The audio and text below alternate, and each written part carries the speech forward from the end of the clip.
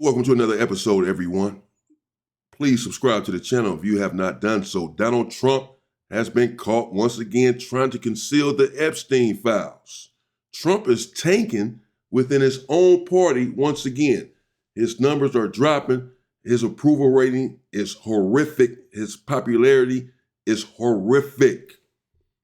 ICE continues to terrorize U.S. citizens, and everyone is fed up with it.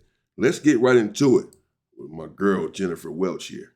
And Pumps, they got the scoop. The Justice Department continues to try to stop the release of the Epstein files. We know they're violating the law. We know that contempt proceedings are coming, but they seem awfully slow. So one option the Oversight Committee gave the DOJ was the appointment of a special master. Pop this up, Kylie. Turns out, according to Midas Touch, the DOJ has filed a motion to block the appointment of an independent monitor to release the Epstein files in the Ghislaine Maxwell case. The DOJ argues that the federal courts lack the authority to enforce the Epstein Transparency Act and that the monitors that were provided aren't good, whatever. Bottom line is this.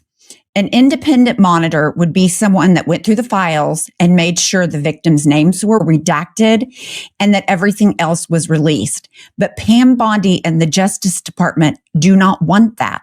They do not want any information released that they haven't already given to influencers and binders and given small amounts redacted to the gills in this case because they are protecting Donald Trump and they are protecting other powerful people because to them it is more important to cover Trump's ass than justice for the survivors. And this is, in my mind, this puts Watergate to shame. In terms of corruption, people's lives have been ruined and they are still being ruined. And our Justice Department, Pam Bondi at the helm, is saying, fuck you, we don't care.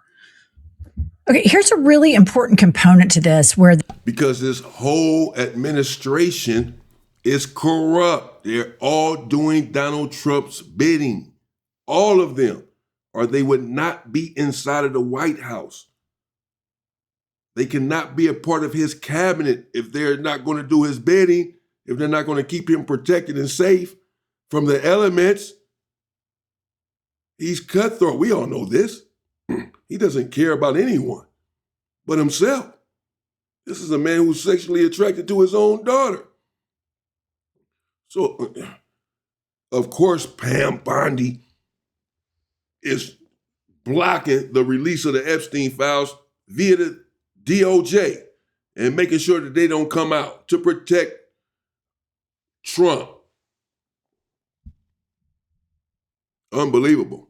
This is who everybody wanted in office, though. Not everybody, but a lot of you did. The Democrats, if they had a spine, could really attack here. Pam Bondi, Little Moses Mike Grinder Johnson, and others in the Trump regime are big, grifting, Bible thumping, patriot loving, the Lord this, I have my Christian cross on that. They are pedophile protectors. All of these men that they are protecting, one of which is their boss, because we know this because Elon Musk, who got inside the Death Star, who got access to the entire federal government, and he got all of his goons, I'm sure, this is my opinion, to transfer all the hard drives of FBI, everything. When everybody got sick of him running around the White House high on ketamine with his little kid wiping boogers all over the place, he goes to Twitter and he outs Donald Trump. He will never release the Epstein files because he's in the middle of them. And so the biggest thing for me right here, to all of these MAGA Christian voters, to the Riley Gaines of it, to the Erica Kirk of it, to all of these people on the moral high ground that try to lecture to women that they're not somehow female enough because they didn't get married at the age that Erica Kirk and Riley Gaines think they should, or that they're not breeding at the rate to which these two people. I want to flip the script. And what I want to say to Riley Gaines, to Erica Kirk, to Pam Bondi and all of these Christian grifters, these megachurch Christian grifters. If your religion tells you that you shouldn't stand up for little girls that were raped by rich men, you are in a sick, sadistic sex cult. And nobody wants anything to do with your religion. You are a walking, talking, breathing example as to walking, talking, breathing hypocrite. Yeah, your church is a cult.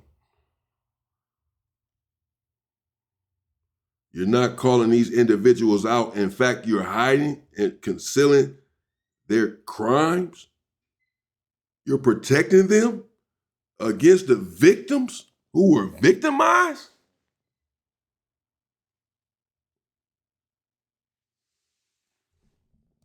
why people are running away from Christianity. And that even gets before I get to little Moses Mike Grinder Johnson. Little Moses Mike Grinder Johnson, who will not shut the F up about praying and the Lord and all of his religious psychosis. This man, his you can't help but to laugh when Jennifer Welch be talking. She cracks me. She be on to them. Even her co-host always laughing at Pump. She can't hold it in either, because she gonna read them the riot act every time, every day. She gonna give it to them. I love it. They need it. They're so venal, so corrupted. All of them have been tainted and poisoned. Christianity, just like these other mega church Christians, their Christianity informs them we must protect these pedophiles at all costs. And so when they bring their religion into the conversation, it's important that we connect it, that this sect of Christianity is a pedophilic sex cult. And it is, you have people who are propagandizing this and protecting for a pedophile and other powerful pedophiles surrounding them. And these Christians, these big Christians that preach all this patriotism, America, they're lying to you. They're lying to you. They don't give a shit about their faith. They don't give a shit about patriotism. These are billionaire ass kissers. Their whole identity is kissing the ass of billionaires. That's it. Imagine you're the Speaker of the House. You could actually do something. Mm-hmm. You could actually say, wait a minute, I'm going to stand up for these little girls who were used. And you don't. You use your religion to say, well, the Lord this and the Lord that. You use it to provide cover, yet you weaponize it against people in your alleged, probably own community, Mike. You weaponize it against the LGBTQ plus people. These people are depraved hypocrites to their core. Well, and just to add to that, look at every large church denomination throughout the United States and abroad. Always you find sexual abuse against women and girls, boys. Right. Boys, and kids, boys, and young, all kids. And boys. A whole lot of abuse against little boys inside of the church. It's all been exposed over the last few years. Higher ups in the church concealing the wicked crimes of these evil individuals, hiding behind God and the church. Sick. Can't trust any of them, and I do not. I think that they have grown, these hyper-religious people, they've grown callous to it. They're so used to it in their religion and people inside the leadership of their religion doing it, that on some level, they must think it's okay because they're rubber stamping this shit. They're also in the evangelical Christian movement, the fetishization of their children's sex lives, right, and teaching them this purity culture, and talking to them at 5, at 6, little girls about being pure, and not about like boundaries and, to really actually protect them against predators. It's really weird. It's a really weird thing, this whole purity culture thing, that you start talking to kids about their sex lives when they're like 5 and 6 years old. That is not normal. I think it's child abuse. I think there's so many facets of evangelical Christianity that are absolute child abuse. Well, and when they start talking about it so young in these religious circles, they put so much shame on it. So then when they're violated by another trusted leader or member of the church, they use that to keep these little girls silent. And that it's horrifying, but they need to look at ground zero. Why do they continue to allow it?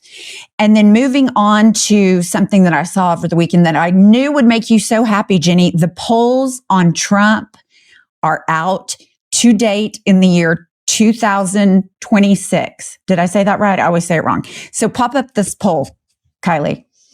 Okay, so poll by CBS News, which I'm like, Barry Weiss, where are you? The approval rating for Trump is 41%, disapprove 59%. Who the fuck are the 41%? Well, you see, they're all GOP. 90 to 10 approve in the GOP, 3 to 97 in the Dems, and 31 to 69 in the independents. But look where he is on immigration, minus 12. That was one of his biggies coming in. The handling of Iran. Hell, who are the 3 Democrats is what I want to know. Who are the 3 Democrats? That's the question. Immigration, he has a minus. Iran, a minus. Venezuela, a minus. Economy, minus 21. Inflation, minus 30. He's minus all across the board. There's not a plus sign to be found in Trump's presidency. This is who you wanted. You got him. Minus 16. Venezuela, minus 18. The economy, the price of eggs, I'm going to lower the price of eggs on day one, minus 21. And inflation, minus 30. People do not like Trump and how he governs. Yeah, he's been underwater on immigration now for like 4 months. Like, right. That's not new. And so the thing that's interesting for me right now is these polls, we show these a lot with all the minus and he's underwater on everything. Sometimes politicians kind of govern a little bit with what public opinion is doing. And again, I don't expect the hive mind of Moses Mike Grinder Johnson, Pam Bondi. I don't expect any of these people to have principles, but corporate Democrats, at least when you see how underwater he is on everything, the fact that legislatively, they play patty cake with him and they continue to, you see a big breakup of Democrats that continue to vote with Republicans on certain forms of legislation.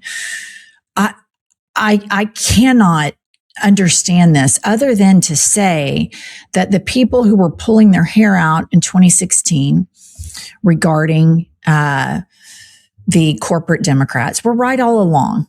And that movement that Bernie Sanders started back then to highlight the American public under the intoxication of capitalism and how distorted our thinking has become under that.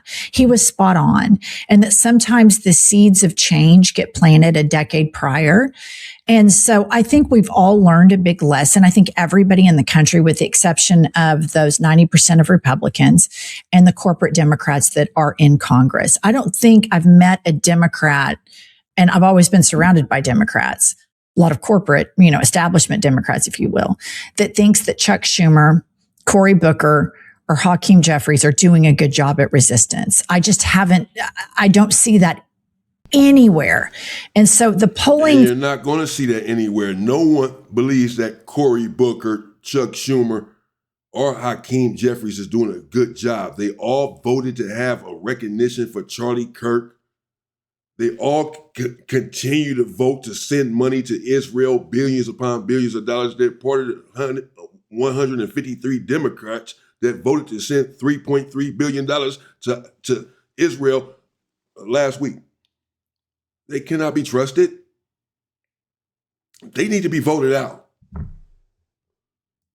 For me, would be a bigger opportunity for the Democrats to really, really start hammering this home. But I'm mystified every single time I get on the news. I'm mystified that you started off this episode about Jeffrey Epstein and the Democrats controlled the DOJ a couple of years ago, and this shit wasn't released. I mean, because those, we couldn't. We have to govern incrementally. Well, Donald Trump has shown you when you have power for 4 years, you can use it. The fact that the Biden administration could have really exposed all of this, and I'm sure there's probably Democrats involved in it too that were customers of, I'm sure, of Jeffrey Epstein. Expose them. Yeah. I want them arrested as well. Like, I'm not a hive mind Elon Musk, like that's not my jam.